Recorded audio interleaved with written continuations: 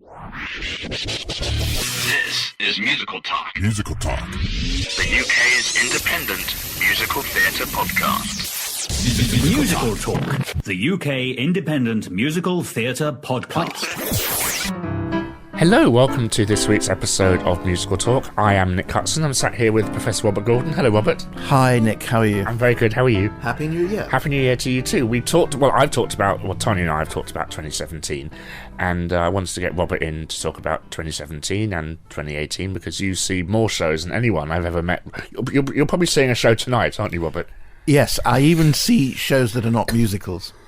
Oh, we don't talk about... Tonight I am seeing a show which is a musical. I'm seeing Hair. Oh, the immersive production at the vaulty things. Yeah, at the vaults. Yes. I'm looking forward to that because I think it's great to see a show like that in a small space rather than a huge space that often overwhelms an intimate show. I'd like to talk about a number of shows that I've seen in 2017, but there's a kind of theme to this, I think. As you know, it's probably my obsession. Since I co-edited with Olaf the Oxford Handbook of the British Musical, here we go. I'm on a kick about British musicals. Yeah. So there have been a lot of new British musicals which have been fairly successful this year and had very good reviews.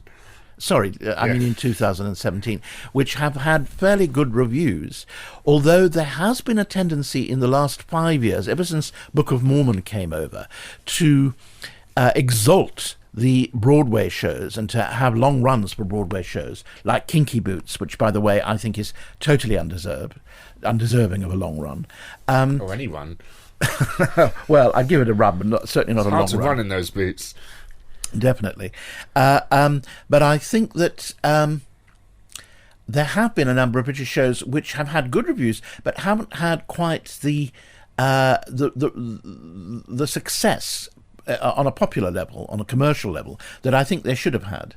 So, and yet there have been others that have been fairly successful and, to me, were not quite as good as some people maintained. So I'd like to start with one which I think was both critically and more or less commercially successful, though I suspect it's not as commercially successful, and it's not going to be, as perhaps it should be, given the reviews. Are you going to talk about Jamie?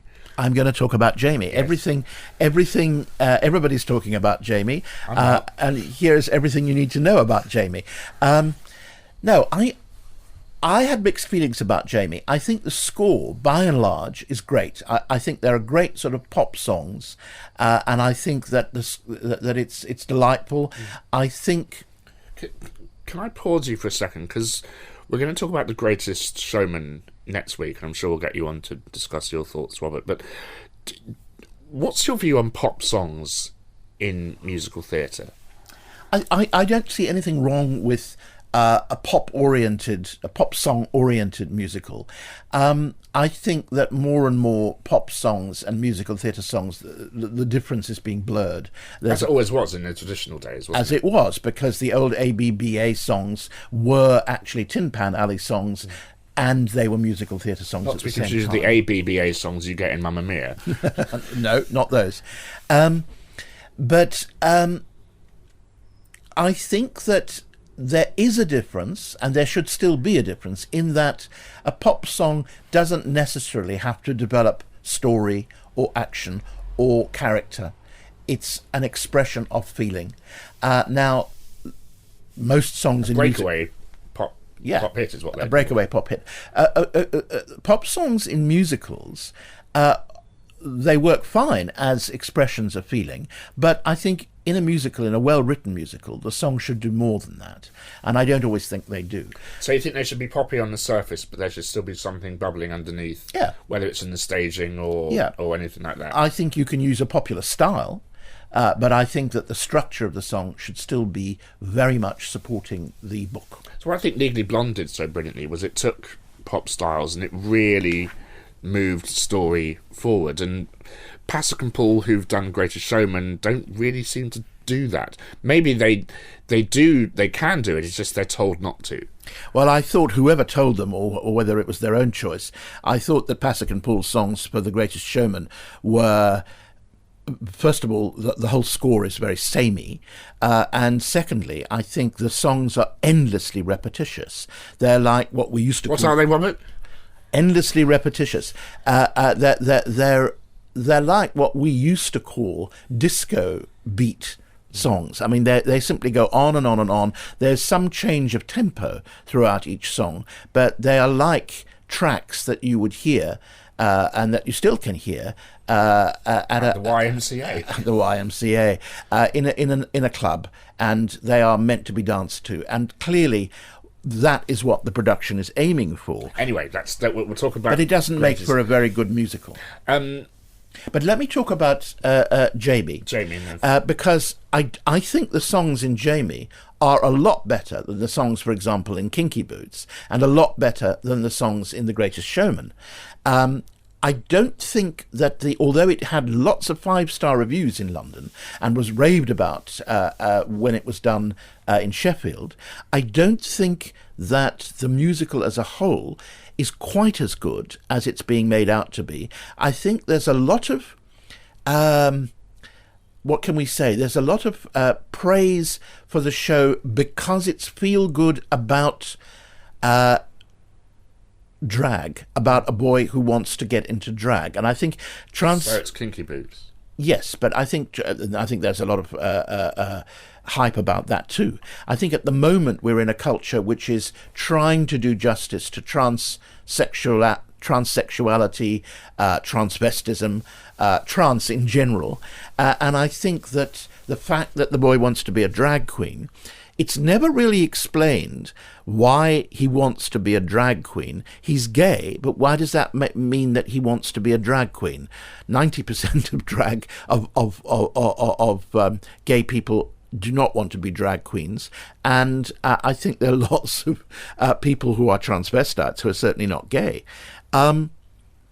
I think that this is in the zeitgeist at the moment, and I think that's one of the reasons why people are fascinated by both Kinky Boots and Jamie. What I liked about Jamie was it doesn't seem to be machine-tooled in the way that Kinky Boots is. Kinky Boots is a typical Broadway show.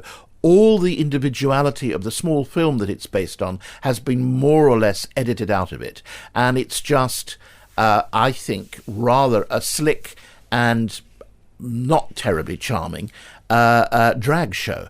I think if you compare it to one of the great shows that use drag in American musical theatre, La Cage aux Folles, that genuinely has the charm of transvestite performance. To me, Kinky Boots is just playing down to its audience.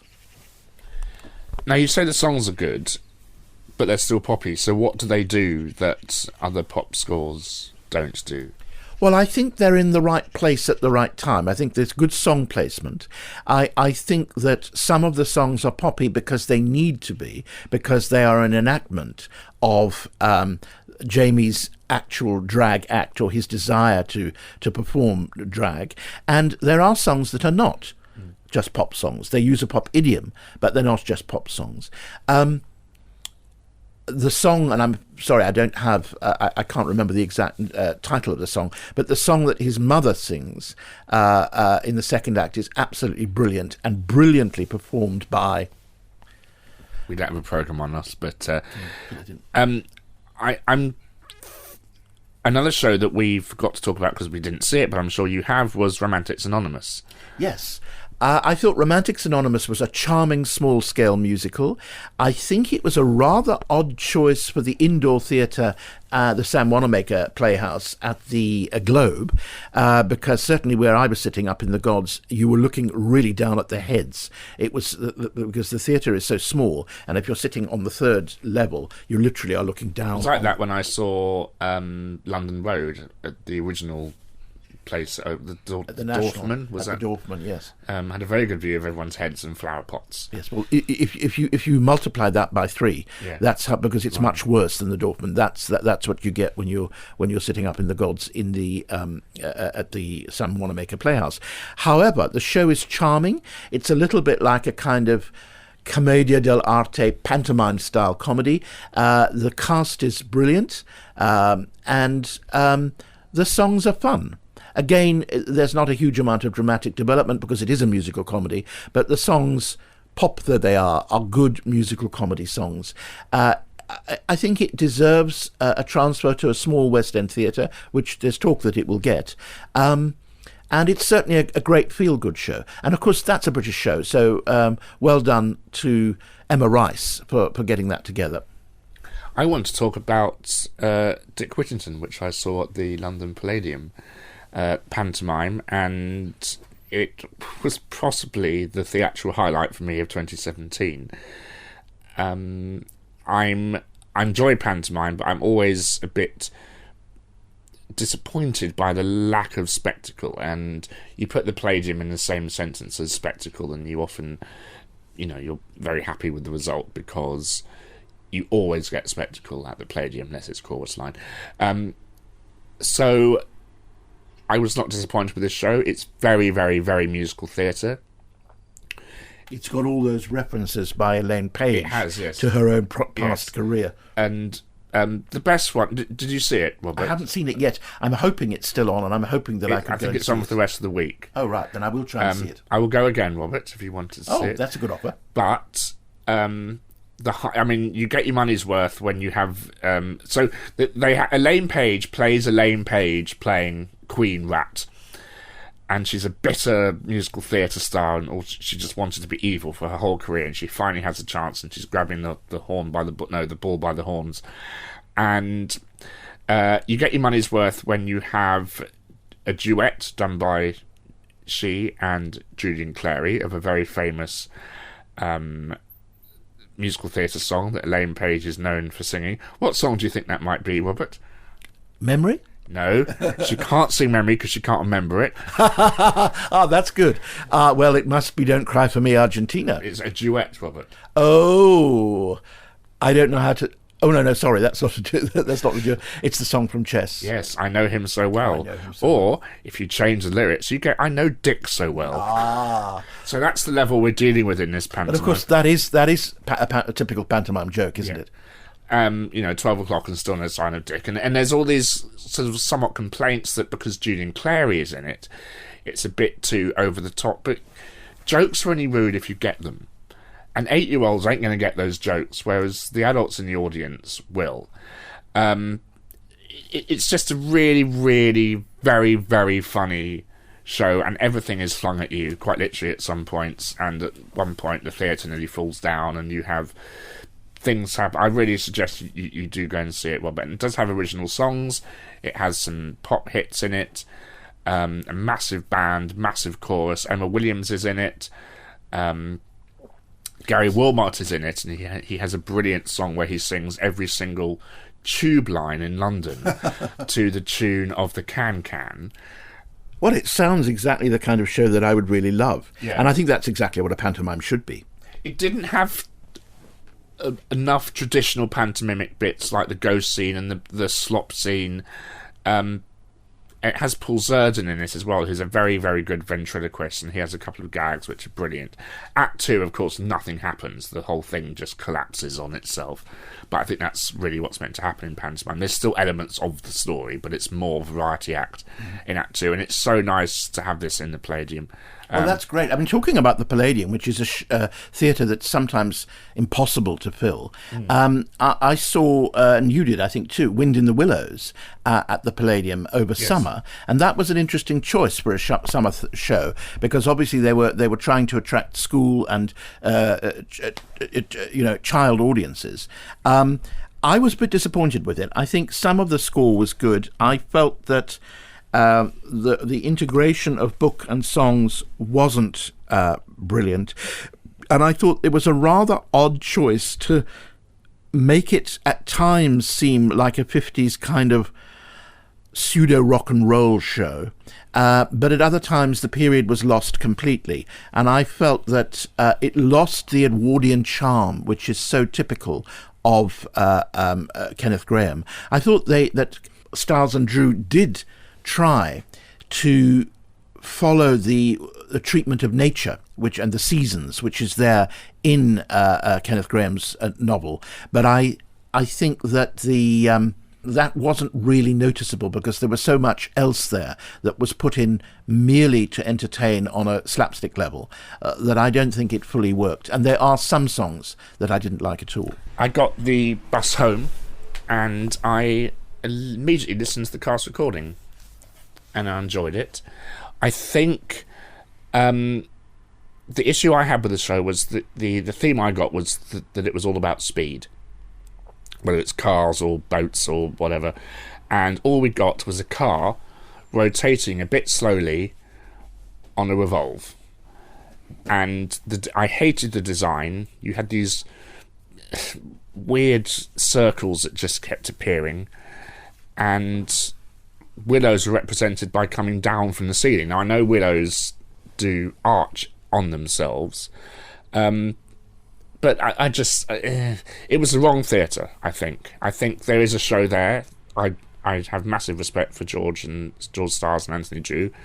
It's a perfect piece for them. I just think it needs a bit of reworking. And I thought the book and the staging didn't really work at all. I thought it was a rather vulgar staging, and I don't think the book did any credit. I think it would be lovely to see Stiles and Drew do it in full-scale Edwardian manner, in the style perhaps that Cameron Mackintosh mounted Harper Sixpence and Mary Poppins.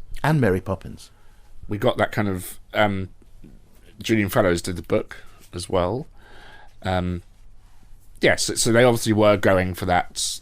Let's try and have the success of Mary Poppins, or sort of the success of Half a Sixpence. What do you think of Half a Sixpence, Robert? Very dated. I don't think that the new songs added much, really. I think some of them are charming, and Stiles and Drew know exactly how to pastiche that kind of David Henniker style song. I enjoyed the production. I thought it was a brilliant production, but I think let's now bury Half a Sixpence as a musical. I enjoyed the Pluck Out a Simple Tune. Just very, very good tune, I thought. And when I saw it, I had nothing against to judge it. So I didn't know any of the songs. I didn't know the story. So for me, that's my only experience with Half a Sixpence, and I thought it was perfectly pleasant. If you've never seen the film, then I think that is the response one would have. But if you know the score from the film, you've heard a lot of it before, and still the major songs like Flash Bang Wallop are all the old songs, which we also get in Dick Whittington. Flash Bang Wallop, what a sweet shop. Well, it sounds like I should rush to book for the Palladium straight away. Well, you just go on the day and you get £20 seats. Good. That sounds pretty good to me. I will happily go again because it was that joyous. Let's make a plan then. I think, we talked about trends last year in 2017 and the year before when the kind of everything was retro. What did you think, Robert, of 42nd Street and An American in Paris? You probably know this, Nick, but I'll say it again. I think that as a production, American in Paris is a masterpiece. I think it's the theatre is far too large for it. It's a huge theatre. It's one of the largest theatres in London. It's like the Palladium. It has a problem. Bigger. Well, it's not bigger than the Palladium, but it feels bigger actually, because it's the auditorium is longer, I think, deeper, if you like, whereas the auditorium at the Palladium is wide, so it brings you a little bit closer to the action. I think that as a piece of storytelling in movement and dance, it's an absolute masterpiece. I think that the director choreographer from the Royal Ballet is one of the great narrative choreographers of narrative ballet in this country and internationally. And I thought that the way in which the design was integrated with the movement visually is absolutely spectacular in the true sense of the word, that it's not just spectacle for its own sake, but it advances the story. I think that that the general public possibly find that there isn't enough kind of power, there isn't enough kind of overwhelming impact. It seemed too small for that theatre. Yes, and I think that is the problem. I think it was in a smaller theatre, really in the middle of the West End, somewhere like the Piccadilly, it would have had much more impact, and it needs to be in that kind of a theatre. I think 42nd Street is a wonderful piece of machine-tooled tap choreography. I mean, the whole thing is just one tap number after another. I think the book is very forced and dated.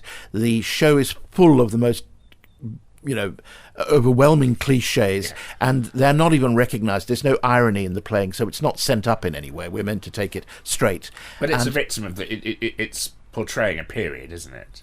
Yes, but the film portrayed the period with so much more style and charm.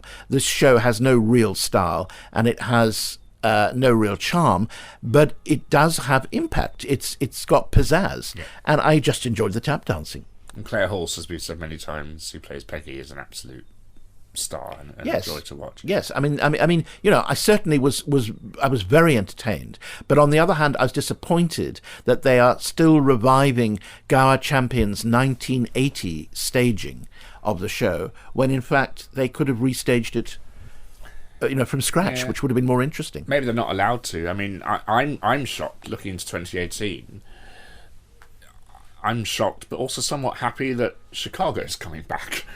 Yes, I agree with you. I'm shocked and happy. I think it's a brilliant show. It deserves to be still running, That's the two emotions one feels with the Camden Ebb score, is you're shocked and happy, often at the same time. Very good. Agree with you. Are you going to see it? I will see it again, just because I haven't seen it for a long time, and I think that it's a show that I would like students to see on stage rather than film, because I think as good as the film was, you really got to see the stage production to get the point of it. And do you think they'll result to stunt casting again? Oh, I'm sure they will. Who did you ever see I mean, you ought to go a lot, because when it was on, you took students to it. So, did you see Jerry Springer or David Hasselhoff? I never saw Jerry Springer, and thank God I never saw David Hasselhoff. I did see the original cast, which was absolutely brilliant. Uta Lemper, Ruthie Henschel, and that excellent Shakespearean actor Philip Cost. No. Can't Simon remember his name. That's how. No, it wasn't anyone like that. Answers on Facebook, please. Someone, the guy who actually won an Olivier Award for playing in the first production of Assassins at the Donmar Warehouse. I heard that a drag queen called Velma Kelly is going to play Velma Kelly. Which is quite clever in a way, but you still have Mary Is it not Mary Sunshine? Yes, you've got Mary Sunshine, yeah. As the drag role, so it'd be interesting to see if we get an all-male version of Chicago, perhaps, or gender reversal, whatever's fashionable nowadays. Well, there's no need to play those sort of gimmicks with a show that's that good. I also saw, surprisingly, Maria Friedman. And as Maria herself pointed out to me some weeks ago when I interviewed her, she said, well, that was my biggest dance role, because I said I didn't know that you had danced. And she said, oh, yes, don't you remember Chicago? And I did actually remember her in it. Now, yes, you chaired an event at the National Theatre, didn't you? Oh, yes, we've forgotten about that. We haven't mentioned Follies yet. We haven't mentioned Follies. Well, Follies I've seen 3 times, twice live and once... this particular production, once live in the NT Live, once during the NT Live broadcasts. And, well, I think the show is a masterpiece, and I think this production shows what a masterpiece it is. For the first time, I think this production integrates every single element of that show and shows you that the book isn't an afterthought, that the book isn't weak and limp and thin, as was always thought to be the case, but that it totally supports what is a magnificent theatrical achievement. Has it been revised a lot over its time, like Merrily has, for example? Well, it was revised completely and rewritten for Cameron Mackintosh's famous 1986 production. But other than that, and that production is not licensed now. You're not allowed to do that revisal. But this production it has been tinkered with by Sondheim over the years. This production, I think they were allowed to use all the little bits and variations, that, apart from the Macintosh one, they were allowed to use all the variations that they could find, and Sondheim gave them the right to do that. And they've put in certain things that you don't always see in productions. As I've always said, it's only a show that National could get away with an orchestra of that size, a cast of that size, a set of that size, and a risk of putting Follies on, historically originally a massive flop in commercial terms, yes. And I loved it, and I love the fact that that at one point the National were doing 2 musicals at the same time. I think the other thing, yes, Pinocchio and Follies. I think the other thing about that is that the audience goes to the National not to see a West End entertainment. So when you go to see 42nd Street at Drury Lane, you go to see a big Drury Lane show, which is fine. But when you go to see Follies at the National, you go with a kind of tolerance towards the fact that this is a drama theatre. This is a place where you go normally to see complex drama, and therefore the audience listen carefully and treat the lyrics with the kind of attention that they seldom get. For example, when you go and see Les Mis. Now, the lyrics aren't bad in Les Mis, but the audience isn't attentive in the same way. And I think they're not there for a story, they're there to see Les Mis, aren't they? Yeah, exactly. They're there to hear the songs, not necessarily to listen to the lyrics. But I think that makes it different, and I think Sondheim needs an attentive audience. It's not to say that Sondheim shows can't be popular, because I think many of them have proved to be very popular, especially something like Sweeney Todd more recently. And Into the Woods. And Into the Woods. But I think that you need something, with Follies particularly, because Follies is a show that on the surface seems to be mainly pastiche, and it seems to be all about, the old shows of the 30s and 40s. But actually, underneath, it's Who's Afraid of Virginia Woolf? It's a very searing drama of relationships and a piece about how we deal with our past, how we deal with aging. And you need an audience that isn't just looking for entertainment. As I say, it's not to say that it isn't entertaining, but it's not just entertainment. I mean, we're getting company. I always put company and Follies in the same hat. They were written simultaneously, actually. And it seems to be the same kind of study of relationships and your past and what's real and what's not and all that. Are these guests actually at his house? And what do you think of the we're getting Patti LuPone, the most horrible performer in the whole world, coming to London? Well, I wouldn't say she's the most horrible performer. I actually like her when she's acting on television.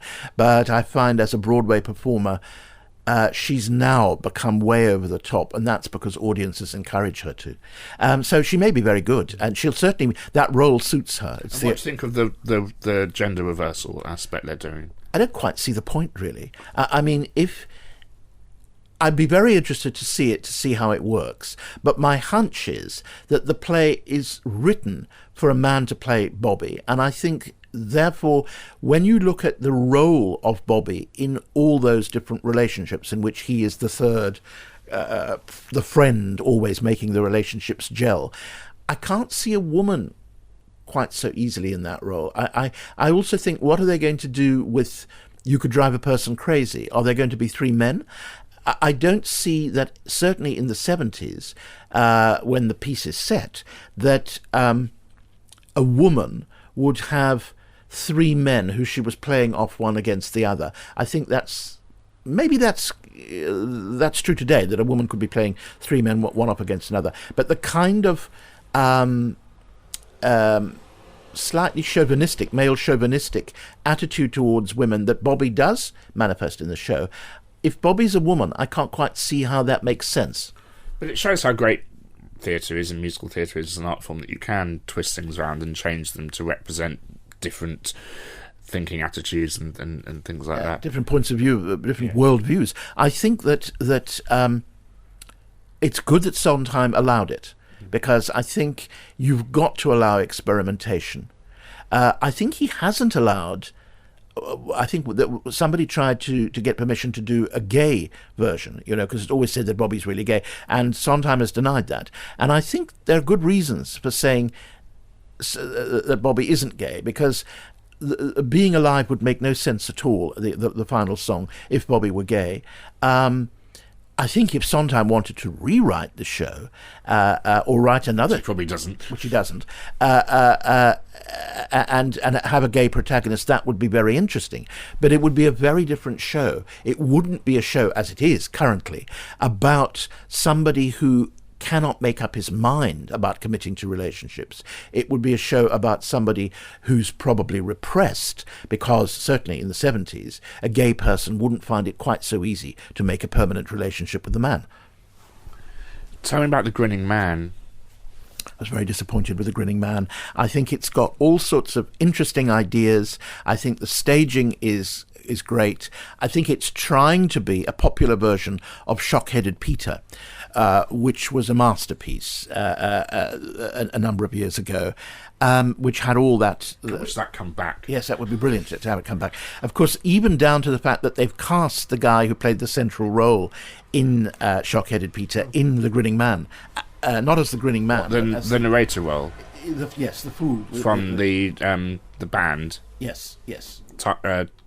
Tiger Lilies? Tiger Lilies. Yeah. Well, they've cast the guy as a kind of narrator here, as the fool. Does he sing the songs? Did He they sings write some the of the score? songs. He sings some of the songs. But I thought the score was forgettable, and the songs were samey. And I thought that the storytelling is so long-winded. I thought it really took a terribly long time to tell the story, and it just seems second-hand. And I thought the audience loved it when I saw it. But I've seen the puppetry before. I've seen Warhorse. They're starting to use tricks which were very effective when seen for the first or second time, but the fifth or sixth time around, they don't have the same impact. Well, we're going to see Pinocchio soon, which we're looking forward to. I've seen it, you haven't. What are your expectations? What are your desires, your wishes, your whatever? Well, I won't tell you my desires, because that would be giving too much away. But I will say I'm a great fan of Dennis Kelly, who I know quite well. I think he's a great playwright, great television writer. I think Matilda is brilliant.